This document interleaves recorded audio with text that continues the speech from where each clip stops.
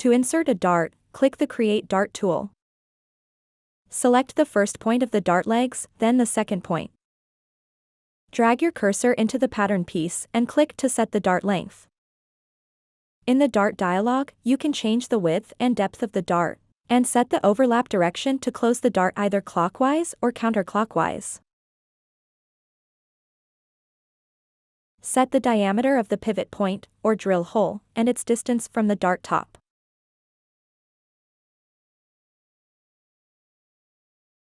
Set the internal mode to drill, aux drill, draw, cut, or none, and click OK.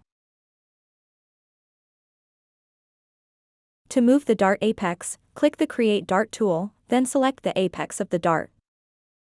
Click to set the new apex position, then choose how to fix the dart. Move Center aligns the apex to the center of the dart. Make either the first or second leg longer or shorter, or use the average length of the dart legs for both. Double-click the dart to open the Dart dialog and adjust the depth if needed.